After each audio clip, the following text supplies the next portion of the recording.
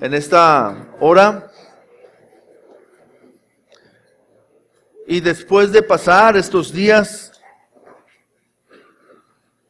en los que recordamos la crucifixión de nuestro Señor Jesucristo y recordamos también la resurrección, pues hermanos, vamos a regresarnos en el estudio de Lucas, en la enseñanza de Lucas, al pasaje que habíamos dejado del capítulo 6 hace como 3 semanas atrás. ¿Sí? Bueno, vamos a abrir nuestra Biblia en Lucas capítulo 6. Y vamos a leer los versículos desde el 17 hasta el 26. Lucas 6, desde el 17 hasta el 26. Lucas 6, 17 al 26. Dice la palabra de nuestro Dios así. Y descendió con ellos y se detuvo en un lugar llano, en la compañía de sus discípulos y de una gran multitud de gente de toda Judea, de Jerusalén y de la costa de Tiro y de Sidón, que habían venido para oírle y para ser sanados de sus enfermedades. Y los que habían sido atormentados de espíritus inmundos eran sanados. Y toda la gente procuraba tocarle porque poder salía de él y sanaba a todos. Y alzando los ojos hacia sus discípulos, decía: bienaventurados vosotros los pobres, porque vuestro es el reino de Dios. Bienaventurados los que ahora tenéis hambre, porque seréis saciados. Bienaventurados los que ahora lloráis, porque reiréis. Bienaventurados seréis cuando los hombres os aborrezcan y cuando os aparten de sí y os vituperen, desechen vuestro nombre como malo por causa del Hijo del Hombre. Gozaos en aquel día y alegraos, porque he aquí vuestro galardón es grande en los cielos, porque así hacían sus padres con los profetas. Mas ay de vosotros ricos, porque ya tenéis vuestro consuelo. Ay de vosotros los que ahora estáis saciados, porque tendréis hambre. Ay de vosotros los que ahora reís, porque lamentaréis y lloraréis. Ay de vosotros cuando todos los hombres hablen bien de vosotros, porque así hacían sus padres con los falsos profetas. Muy bien, vemos aquí, hermanos, en este pasaje, el tema de esta enseñanza, es que la salud espiritual de una persona es el resultado de aceptar el estándar del nuevo reino al que ahora pertenece. Otra vez, el tema es la salud espiritual de una persona, es decir, la sanidad espiritual de una persona es el resultado de aceptar el estándar del nuevo reino al que ahora pertenece. Ahora, vamos a ver los estándares. Déjeme platicarle un poco acerca de los estándares de los dos reinos existentes. Son muy contrastantes, son totalmente diferentes en esencia espiritual y hay mucha confusión hoy en día. Creo que siempre ha habido confusión. Por ejemplo, hacer bien a los que te hacen bien o pagarle con mal al que te hace mal, esto es natural, ¿verdad? Alguien te hace mal, tú le haces mal. Alguien te hace bien, tú le haces bien. Esto es natural, ¿verdad? Ahora, hacerle mal al que te está haciendo bien, pues esto es un tanto diabólico, ¿verdad? Alguien te está haciendo bien, pero tú de todas maneras tienes las agallas como para hacerle mal a alguien que te está haciendo bien. Bueno, estás completamente controlado, ¿verdad?, por el maligno. Pero hacerle bien a alguien que te está haciendo mal o que te ha hecho mal, eso es divino. ¿Me estoy explicando? Hay cosas que son normales y naturales esperar en la gente o en el mundo. ¿Qué cosas son esas normales? Pues tú me haces bien, yo te hago bien. Tú me haces mal, yo te hago mal. Eso es natural. Ahora, si tú me haces bien y yo de todas maneras te hago mal, pues entonces tengo un problema más serio todavía, aparte del que ya tenía. Pero si tú me haces mal y yo te pago con bien, eso es divino, eso viene de parte de Dios. El estándar de nuestro Rey, el Señor Jesucristo, es un estándar mucho más alto, que demanda de nosotros, hermanos, unos principios de ese Rey que es diferente. Ahora, en un mundo que está enfermo, que está bajo el maligno, en un mundo que está en pecado, bueno, hay muchas cosas que pueden llegar a parecernos normal. El problema es cuando a la iglesia le empieza a parecer normal los estándares del reino de las tinieblas. ¿Me estoy explicando? Cuando a la iglesia le parecen normal los estándares del reino de las tinieblas, entonces, hermanos, hay un problema, ¿sí? Porque la iglesia está perdiendo su luz y la iglesia está perdiendo su sabor. Está perdiendo ese sazón que debe tener sobre este mundo. Cuando una persona está en el status quo o está en el estándar normal de la gente, pues a lo mejor se ve como normal en una sociedad y mucha gente lo que le interesa es no verse mal, simplemente verse como algo normal, ¿verdad? Pero no está dispuesto a ir más allá. ¿Qué es lo que puede hacer, hermanos, que una persona esté dispuesta a agarrar ese estándar del Rey que tenemos? ¿Qué es lo que puede hacer que esa persona esté dispuesta a agarrar ese estándar y vivirlo?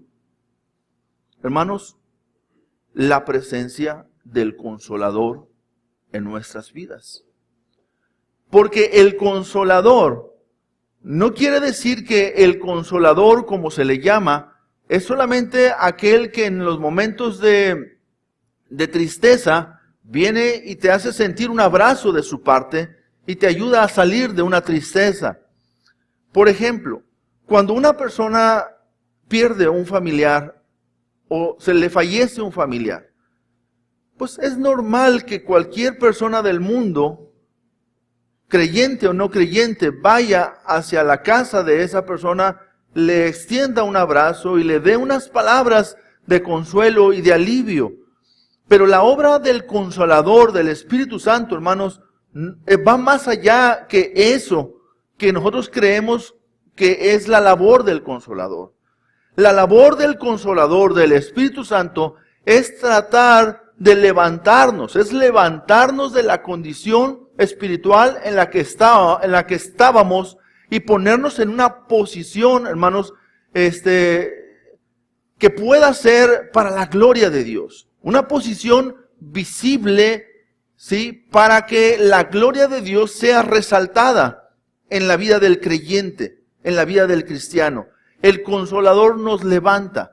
Por ejemplo, en la segunda carta a los Corintios, en el capítulo 1, cuando el Señor dice que nosotros somos consolados, ¿verdad? Bendito el Dios y Padre que nos consuela con toda consolación, ¿verdad? Y nos ayuda, nos levanta. Dice, para que nosotros también podamos consolar a otros con la misma consolación con la que hemos sido consolados. ¿De qué? O sea, ¿por qué Pablo invierte? El apóstol Pablo, ¿por qué invierte ahí 3, 4 versículos hablando de la obra del Consolador, hablando del poder del Consolador para levantar a un cristiano? ¿Y cómo es el propósito de que ese cristiano que ha sido levantado por el Consolador se convierta en un instrumento de consolación para la vida de otros? ¿De qué está hablando? Está hablando de la obra que ayuda a sanar. La obra del Espíritu Santo que nos ayuda a sanar de una condición espiritual en la cual por alguna razón o por el pecado o por lo que sea hemos estado presos por mucho tiempo. El Espíritu Santo nos levanta y nos saca. De tal manera que cuando una persona ha sido consolada, ha sido sanada por el Espíritu Santo, esa persona puede ser un instrumento de Dios a quien Dios puede utilizar aún en momentos de tristeza o en momentos de adversidad. Por ejemplo, la carta a los Filipenses. ¿Cómo se le llama también a la carta a los Filipenses? La carta ¿del qué? Del gozo. La carta del gozo. Ahora, usted sabe que Pablo estaba en la cárcel. Y una de las cosas que nos cuesta mucho trabajo entender es que cómo una persona puede estar en la cárcel y puede estar gozoso. ¿Verdad? ¿A ustedes no les cuesta eso no les cuesta trabajo? ¿No les parece aterrorizante llegar a pisar la cárcel? O quienes, si alguien ha estado o por alguna razón, lo que sea, puede entender lo que estoy diciendo. Pero ¿cómo puedes estar gozoso? Y luego sobre todo cuando estás ahí por una injusticia. O sea, porque estás haciendo algo que es bueno, pero a los ojos de otro es malo, y entonces tú estás siendo juzgado mal. Pero ¿cómo puedes gozarte en ese momento? ¿Cómo puedes entender a un escritor como Santiago que le dice a los creyentes que estaban en la dispersión, que estaban pasando por pruebas de persecución y que estaban pasando por pruebas difíciles? ¿Cómo puedes entender que él les dice, tened por sumo gozo cuando os halléis en diversas pruebas, sabiendo que la prueba de vuestra fe va a traer una bendición a tu vida, que es muy necesaria para tu crecimiento y tu desarrollo espiritual y tu misma liberación de las tendencias que tenías en el pasado que te controlaban a tu vida? Entonces, la prueba tiene un objetivo. ¿Cómo vamos a digerir, hermanos, esa porción del apóstol Pablo escrita en la carta a los Romanos, cuando le dice que a los que aman a Dios, todas las cosas que les ayudan a bien? Y cuando de repente a algún hermano se le ocurre tomar ese pasaje y llevarlo a alguien que está pasando por alguna tribulación y le dice, hermano, pues mira, a los que aman a Dios, todas las cosas les ayudan a bien. Y ese hermano en ese momento, pues a lo mejor no dice nada, pero por dentro está pensando, tú no estás en mis zapatos, tú no estás en mi lugar, tú no estás sintiendo lo que yo estoy sintiendo, tú no estás pasando por lo que yo estoy pasando, de tal manera que tú puedes tomar ese pasaje y decírmelo con mucha facilidad, pero en este momento quizá no lo estoy entendiendo. ¿Sí? Porque los estándares, hermanos, de nuestro Dios son estándares diferentes y son estándares muy altos en los que Dios quiere que nosotros, por la ayuda del Consolador, andemos en ellos y lleguemos a un estado de dicha. ¿Ustedes han escuchado la frase, dichoso tú? ¿Verdad? Con ese marido, ¿cómo decía? Que siempre te anda apapachando, ¿verdad? Dichosa tú. Dichoso tú, ¿verdad? Que tienes todo, ¿verdad? Pues dichoso tú, que te fuiste de vacaciones, ¿verdad? Pues dichoso tú. Y bueno, y la palabra dichoso es una persona que tiene pleno gozo. O una persona que está bienaventurado. O que está bendecido. Entonces, Dios, en su bondad y en su misericordia, Dios, en su gran amor, quiere bendecirnos a nosotros. Pero nosotros escuchamos bendición y estamos pensando en otra cosa. Y Dios, cuando está hablando de bendición, está hablando de traernos un gozo que no importa la circunstancia y la situación por la que estés pasando o la que te esté rodeando, tú puedas gozarte desde tu interior de una manera especial. Y esa es la bendición que Dios quiere traernos. Y es una bendición, hermanos, grande, la que no añade tristeza, ¿verdad? Es la que verdaderamente enriquece. Bueno, entonces, hermanos, vemos que en este pasaje vamos a ver un poquito de ese estándar. Ahora, dentro del contexto de este capítulo 6, tenemos que anteriormente está la elección de los 12, cuando el Señor escoge a esos 12 discípulos que también les llamó apóstoles. Y cuando ellos respondieron al llamado que Dios estaba haciendo a venir a Él, vemos en las Escrituras que Dios dice que Dios estableció a 12, ¿para qué? Para que estuvieran con Él y para enviarlos a predicar. Ahora, estar con Él, ¿qué significa? Pues tener una relación, ¿verdad? Dios nos ha dado a nosotros el privilegio de tener una relación con nuestro Dios diaria y a todo momento que nosotros querramos. Él está tan cerca de nosotros como que nosotros querramos estar ahí con Él, ¿verdad? Entonces, Dios nos llamó para estar con Él, pero también nos llamó para enviarnos a predicar. ¿Y qué significa cuando pensamos en la palabra predicar? Significa que voy a pararme en una plaza y voy a alzar la voz en el cuello y voy a estar proclamando el Evangelio. Bueno, es quizá una forma de hacerlo. Es meterme a un camión, pararme en el centro del camión, alzar mi voz y compartir el mensaje de Dios. Bueno, esa quizá puede ser otra forma. Pero quizá la forma más simple de esta palabra que Dios nos está mandando a predicar es, hermanos, aquella que usa el apóstol Pedro cuando dice que nosotros hemos sido llamados real sacerdocio, nación santa, un pueblo adquirido por Dios. ¿Para qué? Para anunciar las virtudes de aquel que nos llamó de las tinieblas a su luz admirable. El cristiano está en este mundo para anunciar las virtudes de Cristo. Ahora, si tomando esto que acabo de decir, partimos que tenemos dos reinos, hay dos reinos. El reino de las tinieblas, donde el rey es el diablo, Satanás. Y el reino del amado Hijo, donde el rey es Jesucristo, ¿verdad? Entonces, ¿qué significa reinar? ¿Quién reina en las tinieblas? Satanás. ¿Quién reina en el reino del amado Hijo? Jesucristo. ¿Qué significa reinar? Gobernar. ¿Sí? Reinar significa gobernar. Reinar significa guiar. Reinar significa establecer dominio. ¿Sí? Un rey es aquel que tiene dominio en su reino. ¿Sí? Yo le pregunto, pensando en esto, yo le pregunto, ¿quién es su rey? ¿Quién es su rey? ¿Es Jesucristo su rey? Bueno, entonces, si yo le hago la misma pregunta, pero lo voy a poner en forma de verbo, ¿quién está reinando su vida en este momento?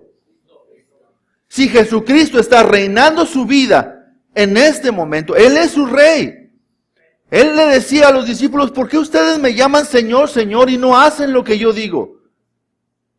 Como en otras palabras diciendo, nadie me puede llamar Señor si no está haciendo lo que yo estoy diciendo, lo que yo he dicho, lo que yo he establecido, lo que yo les he comunicado a través de la palabra. De tal manera que soy Señor solamente de aquellos que hacen lo que yo os he dicho, no de aquellos que dicen. Porque una cosa es decir y otra cosa es hacer. ¿Verdad? Dice la palabra que el que dice que permanece en Él debe andar como Él anduvo. ¿Verdad? Entonces, hermanos, del dicho al hecho hay una distancia grande. Entonces, ¿quién está reinando su vida? ¿Jesucristo está reinando su vida? O sea, quiere decir que su vida está gobernada por la obra, por la palabra, por la voluntad del Rey, el Señor Jesucristo.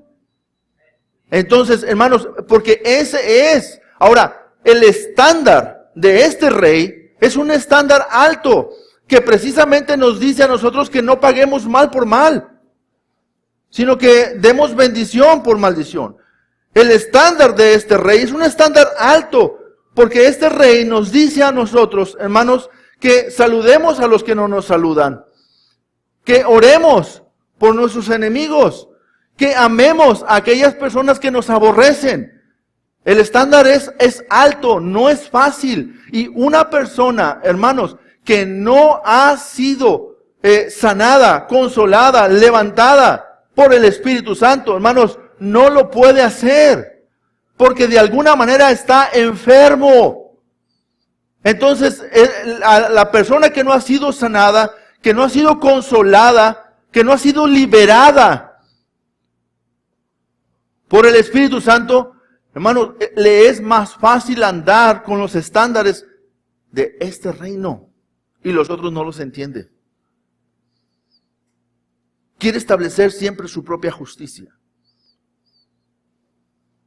Quiere hacer las cosas como él piensa que deberían de ser. De acuerdo a estableciendo su propia justicia. Jesús no es mi rey. Yo soy mi rey. Yo establezco mi justicia. Él dice una cosa, pero eso no se puede hacer. Entonces voy a terminar haciendo lo que yo creo que al final de cuentas, la mayoría, aún de los hermanos, lo hacen. Y esa es la justificación. No es que la mayoría de los hermanos lo hagan o no lo hagan. Es que, ¿qué es lo que dice mi rey? ¿Qué manda mi rey? Ese es mi estándar. El estándar del reino al que Dios me ha llamado. Entonces, hermanos, Dios les dice estas bienaventuranzas a aquellos a quienes acababa de llamar, a sus discípulos. ¿Sí? Ahora, estas bienaventuranzas tienen hay algunas diferencias, ¿sí? Entre las bienaventuranzas que están citadas en Mateo y las bienaventuranzas que están citadas en Lucas. A aquel se le llama el sermón y a este se le llama el sermón de la llanura. ¿Qué es la diferencia entre el monte y llanura? Acá el monte, ¿verdad? La montaña, la montañita. Y acá es la parte llana, ¿verdad? ¿Qué quiere decir? ¿Que hay contradicción entre Mateo y Lucas? No. Es una enseñanza que Jesús seguramente citó varias veces, en distintas ocasiones. ¿Sí? Mateo habla de 9 bienaventuranzas. Lucas está hablando de 4. Mateo no habla de los lamentos, de no hacer el estándar del reino. Lucas habla de los lamentos, de los ayes, ¿verdad? Para cada una de las bienaventuranzas. Mateo habla en tercera persona del plural. Lucas habla en la segunda persona del plural. ¿Qué significa esto? Si entendemos que Mateo fue escrito a los judíos, ¿sí? Fue escrito principalmente para los judíos, entonces el escritor sagrado habla y le dice, bienaventurados los pobres en espíritu, por ejemplo, ¿verdad? Cuando Lucas dice, bienaventurados vosotros, los pobres. ¿Sí? Entonces, encontramos algunas diferencias, no son contradicciones, son algunos contrastes importantes para entender algunas cosas que Dios nos ha dejado ahí en su palabra. Entonces, hermanos, yo les invito a pensar en esto. Piensa en esto. Si Jesús es quien está reinando tu vida, tú eres increíblemente dichoso. Piensa en esto.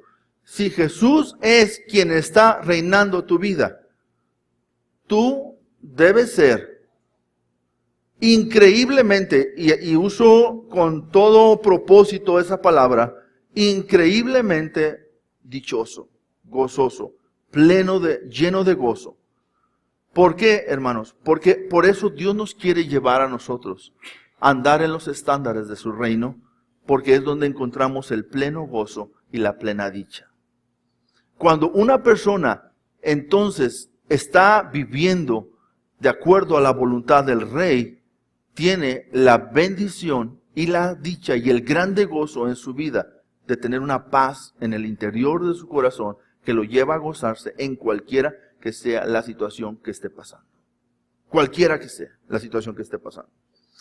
Ahora, dentro de las primeras, o la primera bienaventuranza que cita por ahí Lucas dice que los bienaventurados, dice la palabra en el versículo 20, y alzando los ojos hacia sus discípulos decía, bienaventurados vosotros, los pobres, porque vuestro es el reino de Dios.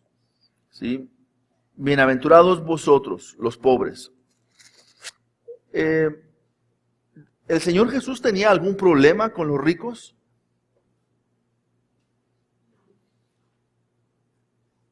¿En el reino de Dios no caben los ricos? ¿Es esto lo que está hablando? O sea, para poder tener esa dicha grande que Él ofrece, entonces es importante que tú no tengas ninguna posibilidad económica para afrontar tus necesidades básicas de tu vida, de tal manera que puedas ser considerado por el censo de nuestro país como una persona que vive en pobreza o en extrema pobreza. ¿Es eso lo que es agradable ante los ojos de Dios? ¿De eso es lo que Dios nos está hablando aquí en este pasaje? No, o sea, Dios no nos está hablando de eso. ¿A qué se refiere con los pobres en espíritu?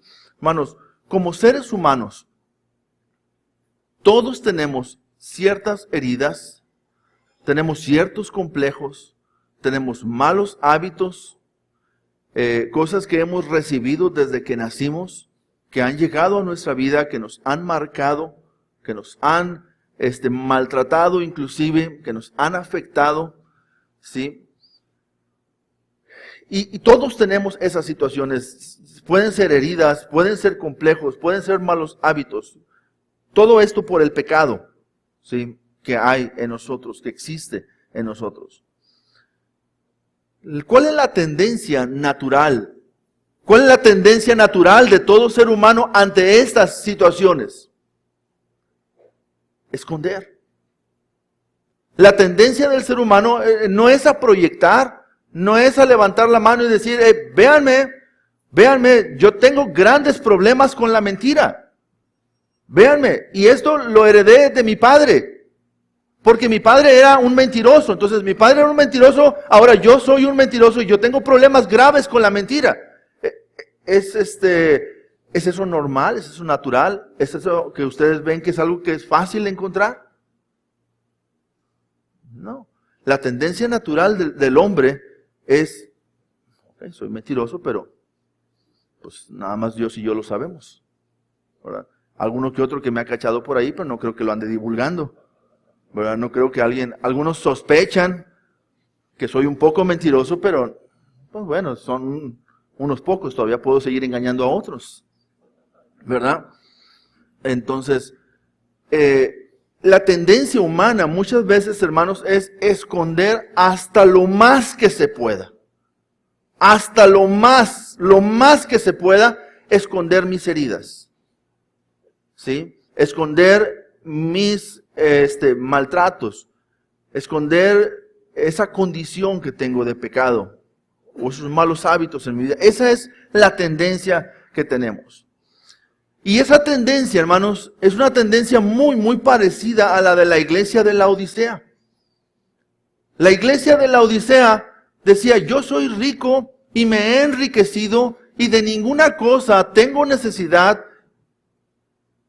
Jesús, en la revelación que está dando a Juan, está escribiendo esa carta a la iglesia de la Odisea, y el mismo Jesús le dice, y no sabes que tú eres un desventurado, eres un miserable, eres un pobre, eres ciego y además desnudo. Sí. Cuando la iglesia, ahora nota, no está hablando a inconversos. Son cartas a 7 iglesias. Y cuando Dios en su palabra pone la palabra iglesia, lo pone en el contexto, en el entendimiento de lo que Dios está diciendo que es una iglesia. Y una iglesia es un cuerpo de hombres y mujeres creyentes que se congregan en un lugar para observar las ordenanzas de Dios y para llevar a cabo la voluntad de Dios y para ayudarse mutuamente en un crecimiento espiritual. Entonces, el Señor Jesucristo escribe en la revelación o dicta en la revelación a Juan, y en esa revelación le está diciendo que la iglesia de la Odisea Era una iglesia que ellos se consideraban a ellos mismos ricos. Cuando Dios dice que bienaventurados son los pobres en espíritu. Entonces, la falta de reconocimiento de nuestra condición espiritual tiene muchas consecuencias negativas en nuestra vida, hermanos. Muchas. La falta de reconocimiento de nuestra condición espiritual tiene muchas consecuencias. Los pobres en espíritu vienen siendo aquellas personas que reconocen su condición espiritual y su grande necesidad de Dios en su vida, para todo. ¿Sí? Ese es una persona pobre en espíritu.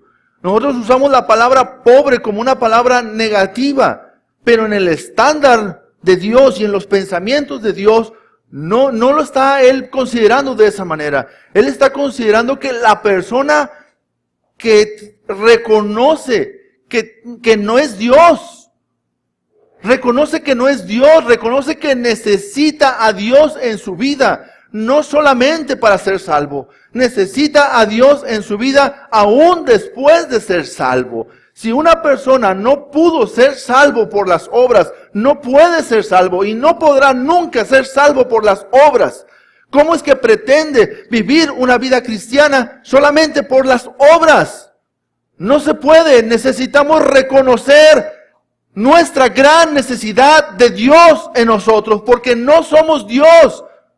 Eso es importante. Cuando una persona se considera Dios a sí mismo, está constantemente pensando que Él puede controlar su vida, su situación. Muchas personas, hermanos, piensan que recibir a Jesucristo, recibir el Evangelio, es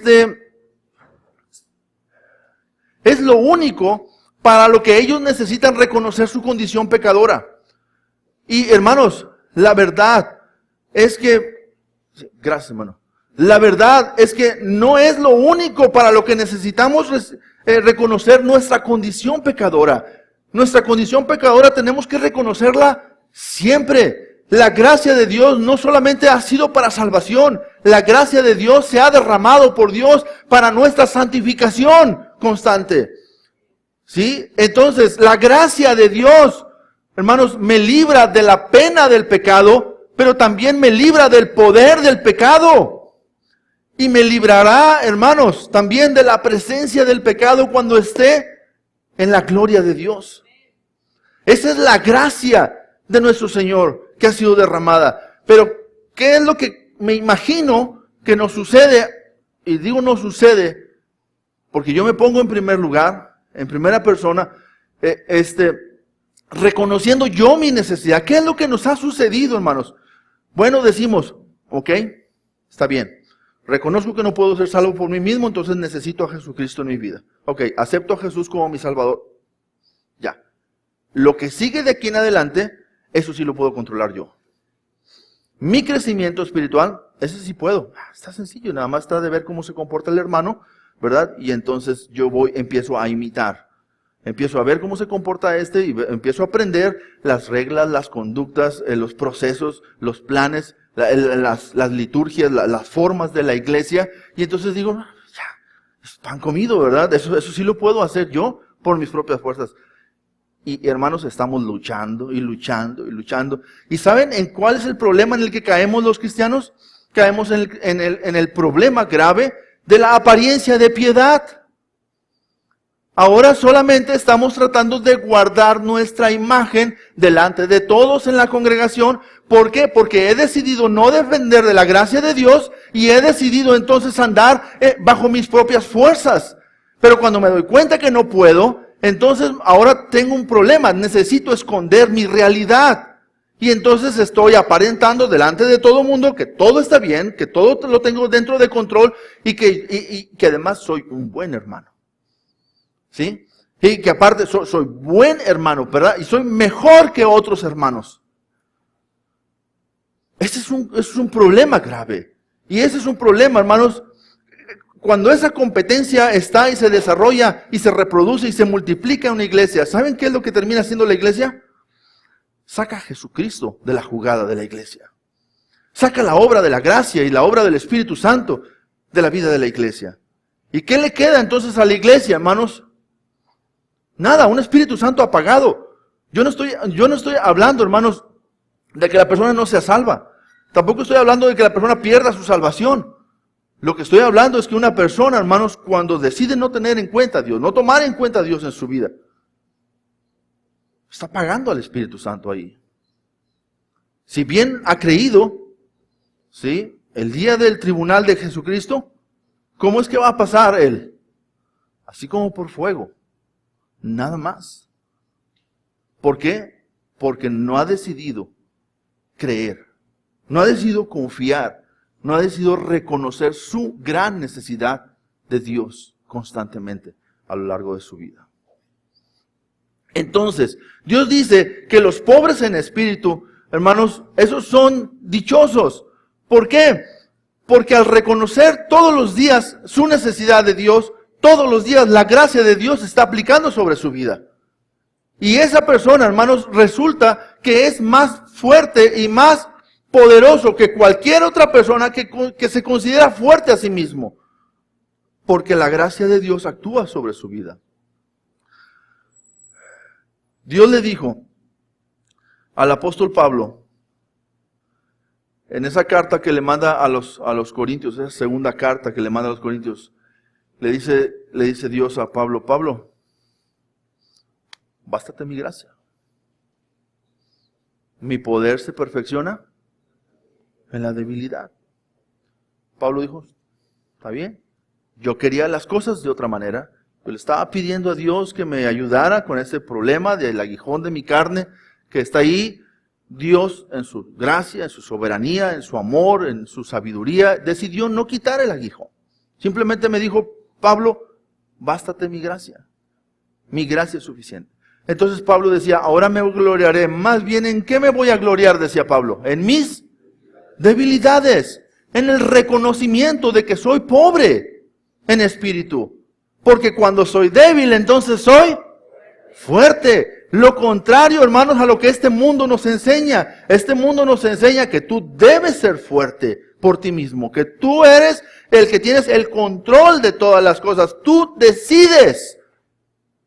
Y no, hermanos, eso es orgullo. Eso es arrogancia. Eso es altivez. ¿Y sabes qué es lo que sucede con la gracia de Dios, hermanos? Con aquellas personas que son orgullosos, que son arrogantes y que son altivos. Dios resiste. Dios dice, no hay gracia para ti. ¿Por qué? Porque tú no estás reconociendo tu necesidad. Pero cuando una persona dice, Señor, soy débil, entonces, ¿qué es lo que pasa? La gracia de Dios se derrama. Porque somos salvos por gracia, ¿por medio de qué? De la fe puesta en el Señor. Cuando yo creo, confío, pongo mi confianza en ese Dios salvador. Pongo mi confianza en ese Dios sustentador, en ese Dios proveedor, en ese Dios que me guarda, en el Dios que me ayuda, en el Dios que me levanta, en el Dios que nunca me deja. Entonces yo reconozco mi gran necesidad de Dios. Pablo decía a los romanos, en la carta a los romanos, él decía, lo que quiero hacer, no lo hago. Y lo que no quiero hacer, eso es lo que hago. Pablo está diciendo, ese soy yo, hermanos. Ese soy yo. El que sí quiere hacer las cosas, pero no puede por sí solo. El que no quiere hacer algunas cosas, pero las termina haciendo. ¿No te parece familiar esa situación de Pablo, hermano? ¿Tú no has batallado con eso? Yo te lo digo y pienso que tú has batallado con eso porque yo batallo con eso mucho. Hay muchas cosas que quiero hacer que no las puedo hacer porque tengo mi confianza puesta en creer que soy una persona ordenada, en creer que soy una persona que tiene fuerza de voluntad, en creer que soy una persona que ha adquirido algunos conocimientos necesarios para hacer las cosas por sí mismo. Y empiezo a aventar a Cristo para afuera de mi vida. No estoy hablando de la salvación, Estoy hablando de apagar al espíritu y su poder en mi vida. Empiezo a no considerarlo, a tratar de vivir mi vida por mis fuerzas. ¿Y sabes por qué? Porque soy orgulloso. Porque hay arrogancia en mi vida. Por eso. Yo no sé si a ti te pasa lo mismo. Creo que sí, hay más de 4 que sí les ha de pasar esto en sus vidas. Y hermanos, Dios dice en este pasaje de Lucas, bienaventurados los pobres en espíritu, porque de ellos es el reino de Dios. Ellos realmente experimentan el gozo de lo que es la bienaventuranza, la grande dicha de tener un rey que gobierna sus vidas. Ellos experimentan la bendición de tener un rey todopoderoso, un rey sabio, un rey soberano, de tener un rey omnisciente y omnipresente, de tener un rey misericordioso, un rey de amor sobre su vida. ¿Sí? Él es esa persona, ese cristiano, ese creyente que ha sido llamado a salir a anunciar las virtudes del Señor. ¿Sí? Ese creyente tiene la dicha y el gozo de contar con un rey que gobierna su vida, con un rey poderoso, que es el Rey Jesucristo. Pero por otro lado, hermanos, encontramos una gran realidad triste, que hay muchos, miles y miles y miles de cristianos en el mundo que su vida no es dichosa, que su vida no es gozosa, que su vida no está plena en Cristo Jesús. ¿Por qué? Por causa del orgullo en sus vidas. Porque aunque entienden intelectualmente algunas de las enseñanzas de la palabra de Dios, no ha sido tal el impacto de la enseñanza en sus vidas como para que puedan decidir por fe, de corazón, entregarle a Dios cualquier situación por la que estén pasando. ¿Sí? Ahora, ¿qué hace un Dios de amor ante nuestra necesidad sobre necesidad que tenemos? Si Él tiene gracia sobre gracia, yo tengo necesidad sobre necesidad de Él, ¿verdad? ¿Qué hace ese Dios de amor ante mi gran necesidad? Bueno, Dios dice, ok, por mucho tiempo has decidido hacer las cosas por ti mismo. Por mucho tiempo has decidido no tomarme en cuenta. Has querido hacer las cosas tú solo. Has creído en mí para salvación. Has creído en mí como aquel que dio su vida en la cruz. Has creído en mí como ese sustituto salvador. Has creído en mí en esa obra de tomar tu lugar. Sí. Pero después de eso, poco a poco te fuiste diluyendo y fuiste entrando en un problema en el cual ahora no sabes cómo salir de él, porque has creado una apariencia de piedad en tu vida y resulta que no puedes salir de ello por ti mismo. ¿Qué hace ese Dios de amor que tenemos, hermanos? Él permite que vengan problemas a nuestra vida. Él permite que vengan situaciones a nuestra vida que traigan dolor, que traigan tristeza, que traigan angustia a nuestra vida. ¿Por qué? Porque nos ama. Y Él quiere que nosotros seamos bienaventurados, que seamos dichosos y disfrutemos de esa dicha cada día de nuestra vida. Eso es lo que Él quiere. Entonces, cuando vienen esas situaciones que llegan a doler, que llegan a maltratar nuestra vida y nos llevan a llorar algunas veces, ¿verdad? Por lo que ha pasado en nuestra vida, no es más que Dios permitiendo que vengamos a Él. Que vengamos a Cristo a reconocer nuestra gran necesidad que hemos tenido siempre, pero nunca la hemos reconocido hasta ahora que Él ha permitido que pasemos por una prueba o por una dificultad o por un dolor o por una situación adversa en nuestras vidas. En esa situación, muchas veces Dios permite la vergüenza. A veces Dios permite, hermanos, la pena, la exhibición del pecado en nuestras vidas. ¿Por qué permite Dios la exhibición de ese pecado en nuestras vidas? Para que nosotros reconozcamos que nosotros no tenemos el control ni de nosotros mismos. Que el control absoluto de todo lo tiene solamente nuestro Señor Jesucristo. Él tiene el control absolutamente de todo. Por eso Dios dice en Romanos 8:28, y sabemos. Pablo lo hablaba con mucha confianza. Pablo lo hablaba con mucho conocimiento en su vida. Decía Pablo, y sabemos que los que amamos a Dios, todas las cosas están en el control de Dios. ¿Y vienen a ayudarnos? A bien. Esto es, a los que antes conoció, también los predestinó para que seamos llamados hijos de Él. Entonces, para que seamos conformados a la imagen de su Hijo, ¿verdad? Para que seamos conformados a la imagen. Entonces, ¿por qué no ¿por qué no me parezco a Cristo, hermanos? ¿Por qué mi vida no está conformándose a la imagen de Jesucristo día a día? ¿Por qué, hermanos, mi vida no está de gloria en gloria, transformándose a la misma imagen de nuestro Señor Jesucristo? ¿Por qué?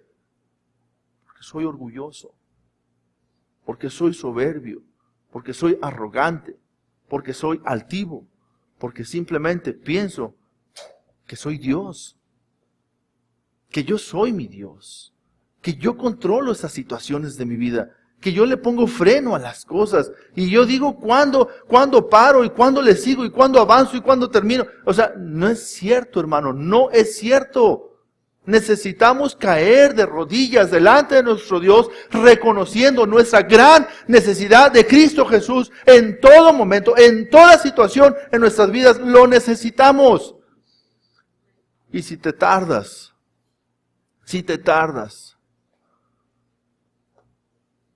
en reconocer tu pobreza espiritual,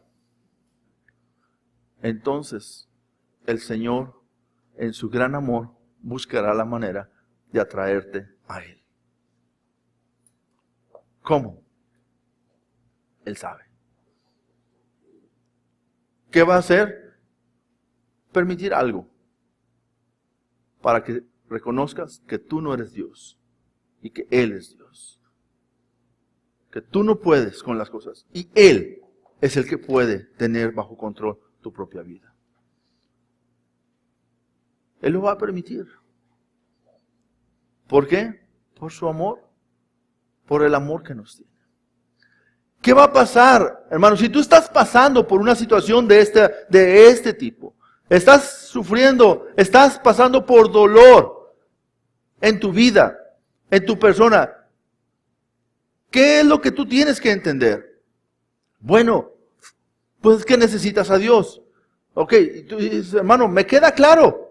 Necesito a Dios. Sí, segundo paso, ¿qué hago? ¿Qué hago después de que ya reconozco que necesito a Dios? Dios tiene una iglesia, la cual es su cuerpo.